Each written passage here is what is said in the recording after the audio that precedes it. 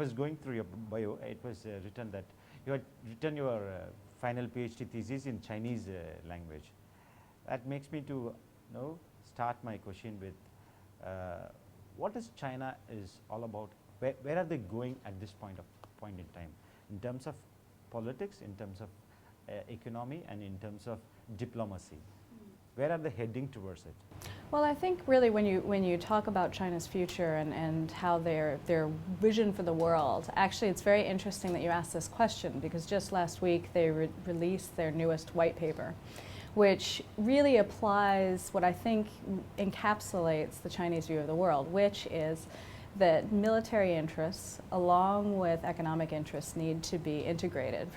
For example, in China's case, obviously it has economic interests that are far-flung throughout the rest of the world, and having the capabilities of ensuring sea lines of communication and also vested interests abroad. For example, what happened with Libya, being able to airlift out your workers and people who are living in other countries is an extremely important capability to have, and you see it play out in anti-piracy measures, everything.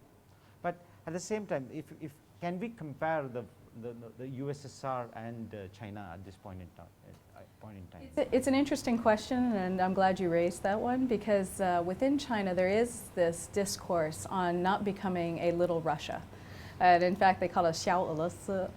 And why do they have this discourse? Because they do not want to end up in a dynamic, a bipolar dynamic with the United States that happened during the Cold War. Because they recognize what happened to the Soviet Union when that happened, and they also were concerned about the potential for that leading to them spending too much, essentially, on their military modernization program, where it would actually push them into major deficits with the United States. And they don't want that competitive atmosphere. In one way, China is extremely emerging as a market. Their product is dumped all over the world, and if you see not only product, people. If you take any country, you have a huge amount of Chinese population living, and also business-wise, I mean business-wise and military-wise, especially they have troubles with all the neighboring countries. If you see, even 2-3 days back, there was a report saying that Chinese military intrude into Indian territory. See, China as a whole, if you say it's a communist country, and are they trying to expand themselves with something else in their mind, or just a kind of a market growth? I think that the communist label, while they still use it, has worn itself out to a degree. This is actually what you see happening within the country right now, is a much stronger emphasis not on ideology. Okay. It's the ideology of markets, perhaps, is the key driving force within the country right now. And I think that really, I think, typifies what they're looking for, globally speaking. So I tend not to think that they're headed in this direction of trying to expand communism throughout the region. Once again, I don't think they're looking to be the next Soviet Union. Okay. I think that they're looking to be, in some ways, the next United States, okay. To go into these markets and to really benefit from that and improve. I think there is a lot of truth to the idea they want to improve the lives of their people at home. How do you see the relationship between India and China? We had already we fought a war, and we always, there's a continuous border dispute between these two nations. How do you see where this will go towards? Well, I think this is a very timely question, and you had alluded to it with your other one about the border issue, and obviously the incursion issue that we're dealing with right now.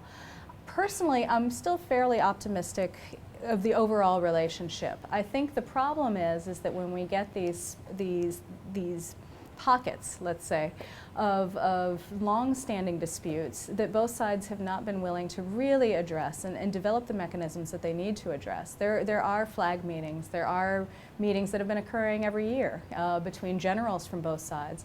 But every time I talk with people in both countries. China is going to get benefit out of by grabbing a small piece of land from India. That's what. I don't think they see it as a land grab. I think that if you look at the recent statements that have come out from these flag meetings, for example, they've actually referred to the Indian buildup of infrastructure along to the border, and they have alleged that the Indian buildup has actually been greater and closer to the border than what they've been doing.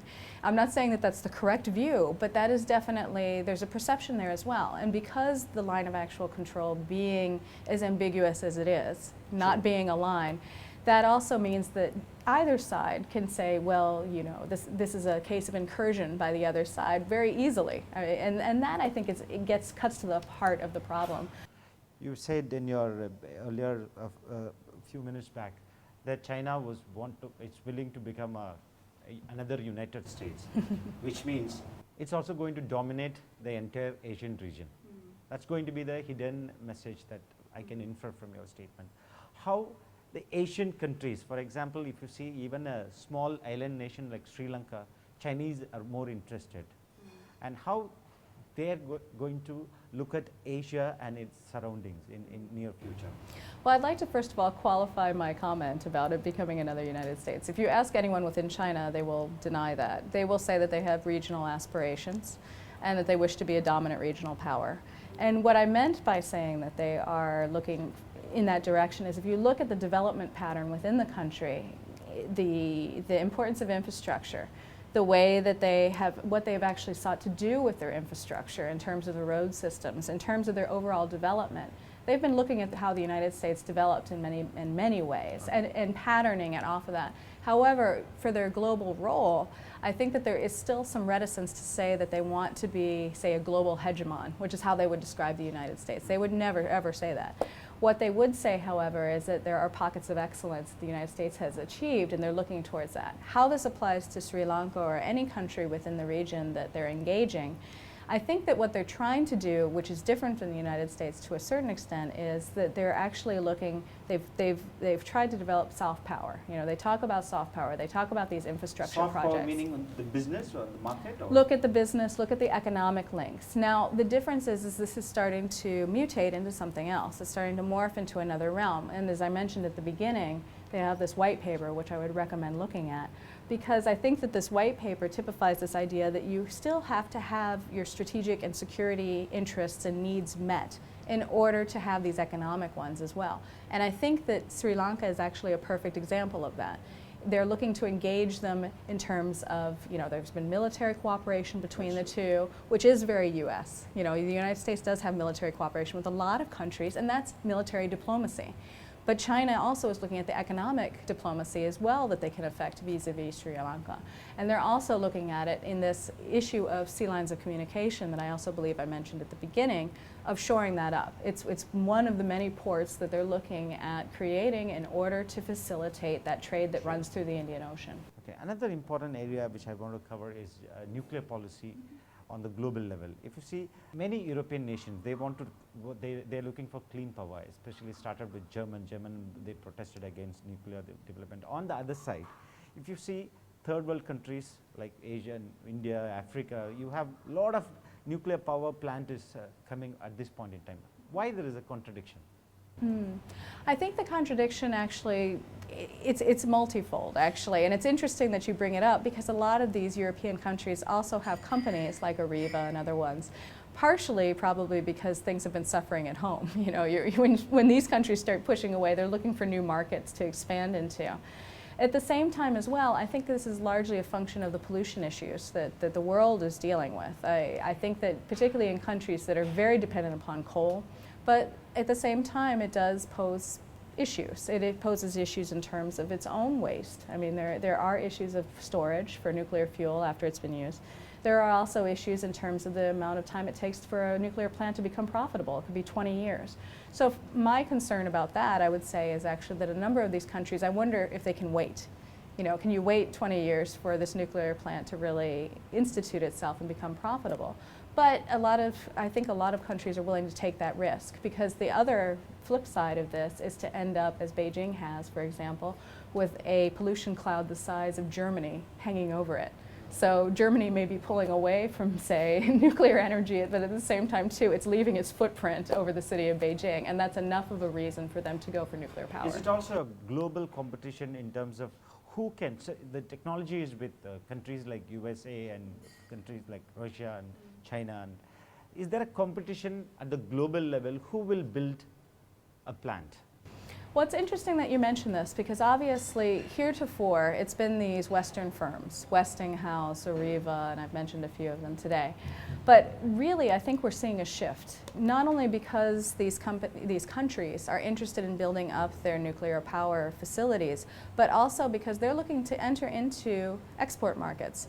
China is the perfect example. CNNC, which is the China National Nuclear Corporation, has actually recently made comments that they're interested in selling to other countries and that they're interested in becoming a provider, not just a recipient of this technology.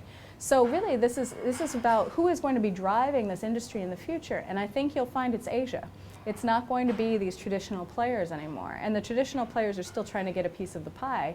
There is a plant here in Tamil Nadu. I don't know whether you are aware of it. It's called Kudangulam. Yes. And there is a allegation that America is literally encouraging the people to fight against the power because it was a plant designed and developed by a Russian company. Is there any such competition at the global level?